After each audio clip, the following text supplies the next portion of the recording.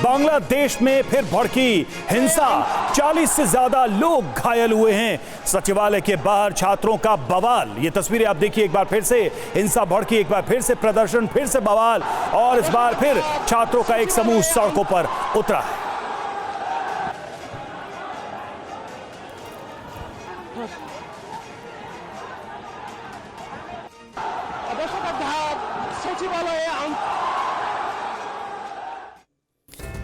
तो देखिए बड़ी खबर क्या आ रही है। देर रात ढाका की सड़कों पर छात्रों का प्रदर्शन हुआ।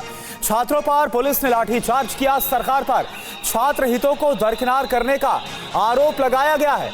तो आप देखिए किस तरह से जो मौजूदा अंतरिम सरकार है उसके खिलाफ भी अब जो छात्र है वो सड़कों पर उतर आए हैं। देर रात ढाका की सड़कों की तस्वीर आपको हम दिखा रहे हैं, जहां पर छात्रों पर पुलिस ने लाठीचार्ज तक किया। हालात इस कदर खराब हो गए, सरकार पर छात्र हितों को दरकिनार करने का आरोप लगाया गया। आप जानते हैं कि किस तरह से शेख हसीना के बाद मोहम्मद यूनुस जिन्होंने अंतरिम सरकार के तौर पर कमान संभाली है, लेकिन इसके बावजूद भी मौजूदा सरकार के खिलाफ छात्रों का गुस्सा।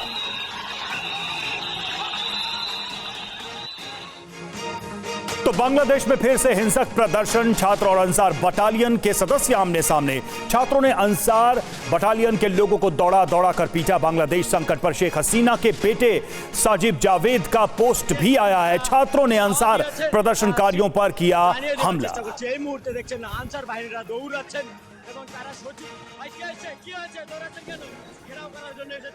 ইতিমধ্যে তারা এই জন্য শিক্ষার্থীরা ইতিমধ্যে কিন্তু তাদেরকে ধাওয়া দিয়েছে, জানিয়ে দেবার চেষ্টা করছে। এই মুহূর্তে দেখছেন আনসার বাহিনীরা। तो बांग्लादेश में एक बार फिर से हिंसा भड़क गई है। देर रात अंसार बटालियन यानी कि बांग्लादेश की पैरामिलिट्री फोर्स और स्टूडेंट्स के बीच में झड़प हो गई और उसमें 40 से ज्यादा लोग घायल हो गए हैं। ये 4 तस्वीरें इस वक्त आपके सामने। दरअसल अंसार ग्रुप पिछले 2 दिनों से प्रदर्शन कर रहा था। अंसार ग्रुप की मांग है कि उनकी नौकरियों का नेशनलाइजेशन किया जाना चाहिए। छात्रों ने भी सरकार के खिलाफ सचिवालय तक मार्च निकाला। पहले से बैठे जवानों और छात्रों के बीच उसके बाद झड़प हो गई। छात्रों ने अंसार बटालियन पर आरोप लगाया कि उनके कुछ छात्रों को अंसार के जवानों ने गेट के अंदर बंद कर दिया था और इसके बाद दोनों में जमकर झड़प हो गई। अब सवाल उठता है कि बांग्लादेश फिर क्यों सुलग रहा है। ढाका में सरकार के खिलाफ छात्रों का प्रदर्शन क्यों है, ये अहम सवाल है। छात्रों ने सचिवालय को घेरने के लिए मार्च निकाला, नई सरकार पर उनके हितों को नजरअंदाज करने का आरोप लगाया और साथ ही सचिवालय के पास अंसार ग्रुप के जवान धरने पर बैठे थे। पहले से सैलरी की मांग को लेकर अंसार ग्रुप धरना दे रहा था। छात्रों और अंसार ग्रुप के लोगों के बीच झड़प हो गई। अंसार ग्रुप ने छात्रों पर लाठी चार्ज कर दिया। छात्रों ने भी अंसार ग्रुप के जवानों को दौड़ा दौड़ा कर पीटा है, जिसकी तस्वीर भी आपको दिखा रहे हैं। हिंसक झड़प में 40 से ज्यादा लोग घायल हुए हैं। देर रात ढाका की सड़कों पर सेना की तैनाती करनी पड़ गई है इसके बाद। और चलिए अब आपको टीवी स्क्रीन पर 2 तस्वीरें दिखाते हैं। एक तस्वीर 5 अगस्त की है, जब छात्रों ने बांग्लादेश की तत्कालीन प्रधानमंत्री शेख हसीना को सत्ता से बेदखल कर पीएम हाउस पर कब्जा कर लिया था। अब दूसरी तस्वीर देखिए, छात्रों ने 21 दिन के अंदर नई सरकार के खिलाफ फिर से प्रदर्शन शुरू कर दिया। छात्रों का आरोप है कि नई सरकार छात्र हितों के लिए काम नहीं कर रही है। तो 2 तस्वीरें हैं जब छात्र सड़कों पर उतरे। आइए अब आपको बताते हैं कि बांग्लादेश में छात्रों ने जिस अंसार बटालियन के साथ झड़प हुई, उनका टकराव हुआ, वो अंसार बटालियन दरअसल है क्या। तो देखिए अहम बातें अंसार बटालियन को लेकर। बांग्लादेश की नेशनल सिक्योरिटी एजेंसी है, दुनिया का सबसे बड़ा अर्ध सैनिक बल है और बटालियन में 60 लाख सक्रिय सदस्य हैं। सुरक्षा के साथ कई अन्य जगहों पर इनकी तैनाती है और बटालियन का प्रबंधन गृह मंत्रालय के पास है। दिहाड़ी मजदूरों की तरह इनको सैलरी दी जाती है, इनका वेतन दिया जाता है। अंसार के लोगों को प्रतिदिन 540 टका दिहाड़ी दी जाती है और अपनी सैलरी की इसी मांग को लेकर वो भी प्रोटेस्ट कर रहे थे, धरने पर बैठे थे। और चलिए बुलेटिन में रुख करते हैं पाकिस्तान की खबर का। बड़ी खबर क्या है, पाकिस्तान के कराची में 2 गुटों के बीच हिंसक झड़प हुई है। झड़प के दौरान गोलियां तक चली हैं और इस हिंसा में एक की मौत की खबर आ रही है, कई लोग घायल हो गए। हालात आप देखिए। तो पाकिस्तान की यह तस्वीर है जहां पर कराची में 2 गुटों के बीच हिंसक झड़प और उसके बाद कैसे आगजनी और गोली चली, एक की मौत हो गई।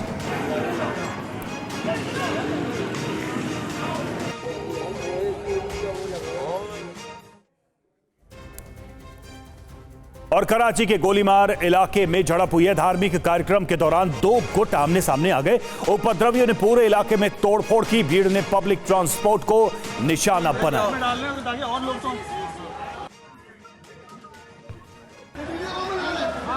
तो पाकिस्तान की ये तस्वीरें सामने आई हैं और किस तरह से वहां पर हिंसा की ये तस्वीरें सामने आई हैं। पाकिस्तान में खूनी झड़प। जी हां, कराची में धार्मिक कार्यक्रम के दौरान दो गुट आपस में भिड़ गए और ताजिया निकालने के दौरान दो समुदायों के बीच ये झड़प हुई। तो पाकिस्तान में खूनी झड़प हुई है। ताजिया निकालने को लेकर ये झड़प हुई। झड़प के दौरान दोनों तरफ से गोलीबारी भी की गई। फायरिंग की घटनाएं भी सामने आई हैं और गोलीबारी में एक शख्स की मौत की खबर है। कई लोग घायल भी हुए हैं, ये जानकारी सामने आ रही है। उपद्रवियों ने पूरे इलाके में तोड़फोड़ की। तस्वीरें भी आप देख सकते हैं, आगजनी भी की गई उनके द्वारा। सड़क पर आने वाली गाड़ियों में आग लगा दी उपद्रवियों ने। जो लोग हिंसा में शामिल थे उन लोगों ने। हालात खराब होने पर सेना को बुलाया गया। सेना की एंट्री हुई। कराची के कई इलाकों में फिलहाल कर्फ्यू लागू है इस हिंसा के बाद से। हिंसा भड़काने वालों की गिरफ्तारी का आदेश जारी कर दिया गया है और पाक सेना का दावा है अब स्थिति सामान्य है। सेना ने कहा है कि स्थिति अब नियंत्रण में है, कंट्रोल में है। और अब खबर फुल एंड फाइनल में मिडिल ईस्ट से है। देखिए बड़ी खबर क्या, हिजबुल्लाह के ठिकानों पर इजराइल का बड़ा हमला हुआ। हिजबुल्लाह के गढ़ में एयर स्ट्राइक की गई। एयर स्ट्राइक में हिजबुल्लाह का कमांड सेंटर कैसे बर्बाद किया गया है, यह आप देखिए। इजराइल की तरफ से प्लेटफार्म, हिजबुल्लाह की तरफ से जो मिसाइल अटैक किया गया, इसके बाद कैसे बारूद बरसाया गया इजराइल की तरफ से, आप देख पा रहे।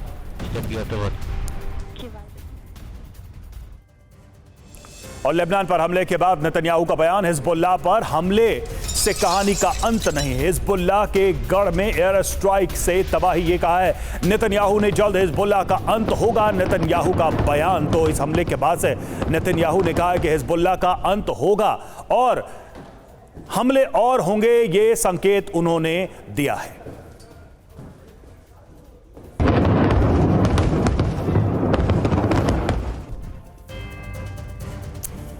तो हिजबुल्लाह के खिलाफ नेतन्याहू ने कसम खाई है, हिजबुल्लाह का नामो निशान मिटा दिया जाएगा। हिजबुल्लाह को लेकर क्या कहा गया आप देखिए। लेबनान के अंदर 40 से ज्यादा जगहों पर बमबारी की गई। अभी तक 100 लड़ाकू विमान से हिजबुल्लाह के गढ़ पर हमला किया गया। इसके अलावा 7 घंटे में लेबनान के अंदर भीषण तबाही मचाई है। हिजबुल्लाह के रॉकेट और ड्रोन डिपो पर भी हमला किया गया। जल्द हिजबुल्लाह का काम तमाम होगा, यह बेंजामिन नेतन्याहू की तरफ से कहा गया। हिजबुल्लाह के अंत के साथ कहानी खत्म नहीं होगी, यह भी कहा गया। इजराइल के सभी दुश्मनों के खात्मे के साथ यह जंग खत्म होगी। तो कल के हिजबुल्लाह के हमले के बाद बेंजामिन नेतन्याहू काफी आग बबूला। और इजराइल के इन हमलों के बाद नसरल्लाह का बयान भी सामने आया है। वार्ता की वजह से कम किए थे हमले, अब तेल अवीव पर भीषण हमला होगा, यह कहा गया है। अब इजराइल देखेगा अपनी बर्बादी, नसरल्लाह की तरफ से बयान जारी किया गया है। चेतावनी दी गई है इजराइल को और कहा गया है कि वार्ता की वजह से हमले कम किए थे, लेकिन अब तेल अवीव यानी कि इजराइल अपनी बर्बादी देखेगा।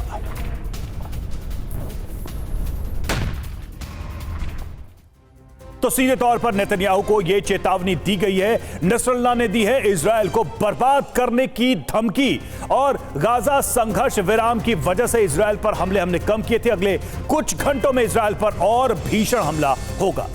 और देखिए इजरायली खुफिया अड्डों पर भी बड़े हमलों को अंजाम दिया जाएगा। ये हमले है, ये हमलों को लेकर जो वार्निंग है दी गई है। इजराइल के कई शहरों पर रॉकेट वर्षा होगी। तो यह आप देखें, हिजबुल्लाह चीफ नसरल्लाह की तरफ से यह बड़ी धमकी दी गई इजराइल को। और एक और बड़ी खबर, एजेंडा फुल एंड फाइनल में अब रुख करते हैं पेंशन स्कीम पर मचे घमासान की तरफ। बड़ी खबर क्या, यूनिफाइड पेंशन स्कीम पर अब सियासत भी शुरू हो गई है। यूपीएस पर मल्लिकार्जुन खड़गे का तंज। यूपीएस के यू का मतलब मोदी सरकार का यू टर्न, ये मल्लिकार्जुन खड़गे की तरफ से कहा गया।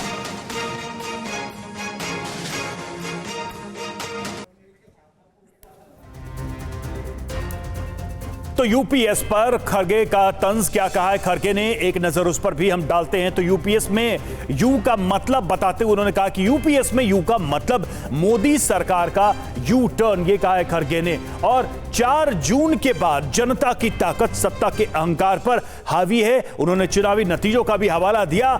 लॉन्ग टर्म कैपिटल गेन और इंडेक्सेशन के संबंध में बजट में रोल बैक सरकार ने किया।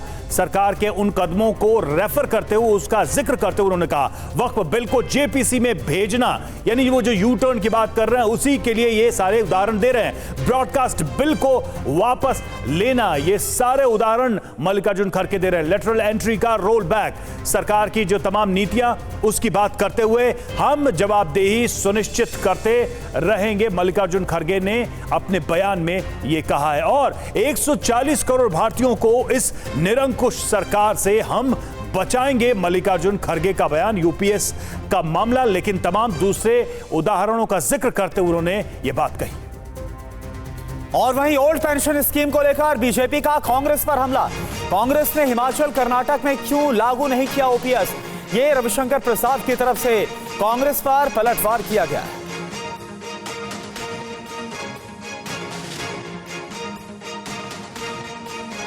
कांग्रेस पार्टी ने पिछले 2 साल से ओल्ड पेंशन स्कीम को एक बहुत बड़ा तूफान बनाया था भारत की राजनीति में। याद करिए आप, सो मच सो कि राहुल गांधी प्रियंका जी हो गई तो उनसे भी कहवा दिया गया हिमाचल के चुनाव में कि हम ओल्ड पेंशन स्कीम को लागू करेंगे। आपने कर्नाटक के चुनाव में बहुत चालाकी कर दी। वहां क्या कहा आपने कि हम 2006 के पहले के जो कर्मचारी हैं उन्हीं के बारे में करेंगे।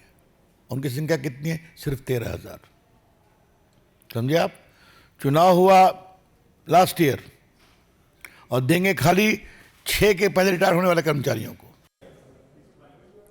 और इस सब के बीच राहुल के करीबी नेता ने किया यूनिफाइड पेंशन स्कीम का समर्थन। प्रवीण चक्रवर्ती ने मोदी सरकार के यूपीएस का किया है स्वागत। सोशल मीडिया पर लिखा फैसला स्वागत योग्य। प्रोफेशनल कांग्रेस और डेटा विभाग के अध्यक्ष हैं प्रवीण चक्रवर्ती।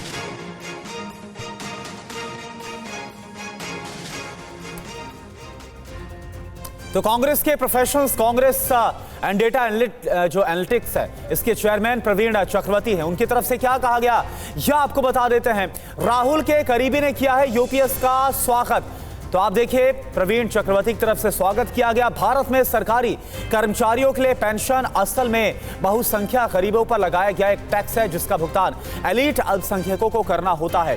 इसलिए ओपीएस को 2013 में सुधार करके एनपीएस किया गया। लेकिन एनपीएस में रिटायर परिवारों के लिए न्यूनतम राशि का आश्वासन नहीं था। लेकिन अब यूपीएस में ऐसा है, यूपीएस का मतलब है एनपीएस प्लस न्यूनतम गारंटी, और इसी को लेकर स्वागत किया गया। और यह विवेकपूर्ण और स्वागत योग्य फैसला है। एजेंडा फुल एंड फाइनल में अब खबर कोलकाता रेप मर्डर केस की। जी हां, उससे जुड़ा बड़ा अपडेट आपको बता दें। आरजी कर अस्पताल में वित्तीय गड़बड़ी पर सीबीआई की एफआईआर दर्ज। संदीप घोष के आवास पर सीबीआई की छापेमारी। करीब 13 घंटे चली सीबीआई की छापेमारी। आरजी कर अस्पताल में भी छापेमारी। संदीप घोष समेत 15 लोगों के ठिकानों पर छापा मारा गया।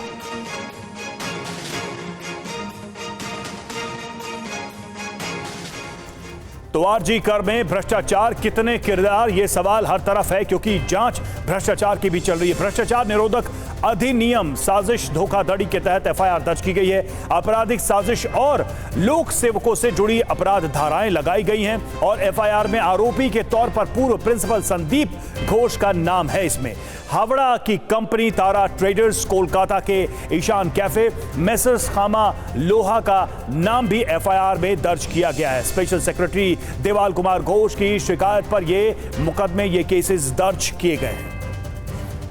और देखिए, इस मामले पर एक और बड़ी खबर, सीबीआई जांच पर टीएमसी की तरफ से सवाल उठाए गए।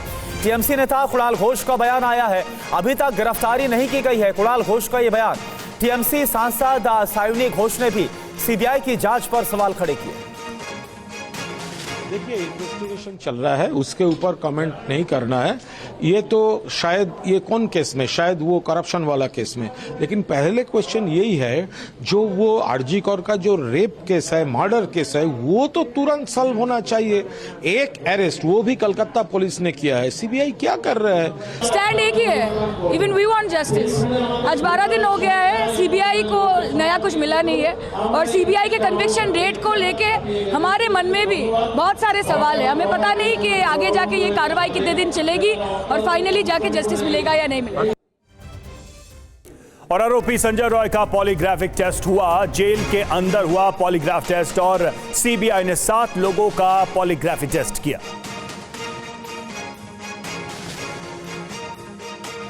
तो रेप मर्डर केस के मुख्य आरोपी संजय रॉय का पॉलीग्राफी टेस्ट हुआ। प्रेसिडेंसी जेल में पॉलीग्राफी मशीन से संजय का सामना करवाया गया। 4 घंटे तक संजय रॉय का पॉलीग्राफी टेस्ट चला। CBI psychological test, polygraphy test की रिपोर्ट का मिलान करेगी और दोनों रिपोर्ट से पता चलेगा कि आरोपी संजय रॉय ने आखिर कितने सही जवाब दिए हैं। रेप मर्डर केस में अभी तक 7 लोगों का पॉलीग्राफ टेस्ट हुआ है। इसमें Sandeep Ghosh, trainee doctors, intern, civic volunteer का टेस्ट अभी तक किया गया है। और बुलेटिन में अब चलते हैं बाढ़ और बारिश की खबरों की ओर। जी हां, गुजरात से खबर है। गुजरात में बारिश ने एक बार फिर से रफ्तार पकड़ ली है। पिछले 24 घंटे में नवसारी और वलसाड समेत कई जिलों में भारी बारिश का रिकॉर्ड किया गया है और गुजरात के कई जिलों में बारिश का रेड अलर्ट जारी किया गया है। मध्य प्रदेश में भी भारी बारिश के चलते नदी नाले उफान पर हैं, जिसकी वजह से एक बड़ा हादसा हो गया। उफनती नदी पार करते समय 3 युवक बाइक के साथ बह गए। वहीं मध्य प्रदेश के अलीराजपुर में भी बारिश से के चलते हादसे हो रहे हैं। मध्य प्रदेश के राजगढ़ जिले में नदी के तेज बहाव में 2 युवक बह गए। त्रिपुरा में भी बारिश ने कोहराम मचाया। राहत सामग्री पहुंचाने के लिए हेलीकॉप्टर की मदद ली जा रही है। और वहीं गुजरात की बात करें तो गुजरात के सूरत में भारी बारिश के बाद तापी नदी उफान पर है। हालात को देखते हुए उकाई बांध के 15 गेट्स को खोलकर तापी नदी में पानी छोड़ना पड़ा है। उकाई बांध में 3,05,655 क्यूसेक पानी पहुंचा था। इसकी वजह से बांध के दरवाजे खोलने पड़े। ज्यादा पानी आने से बांध का जलस्तर अब 335 फीट के ऊपर पहुंच चुका है। वहीं तापी नदी में ज्यादा पानी छोड़े जाने का असर दिखना भी शुरू हो गया है। नदी का पानी कई इलाकों की पुलिया पर आ चुका है और इसकी वजह से सूरत के निचले इलाकों में बाढ़ का खतरा पैदा हो गया है। तस्वीर आप देखें।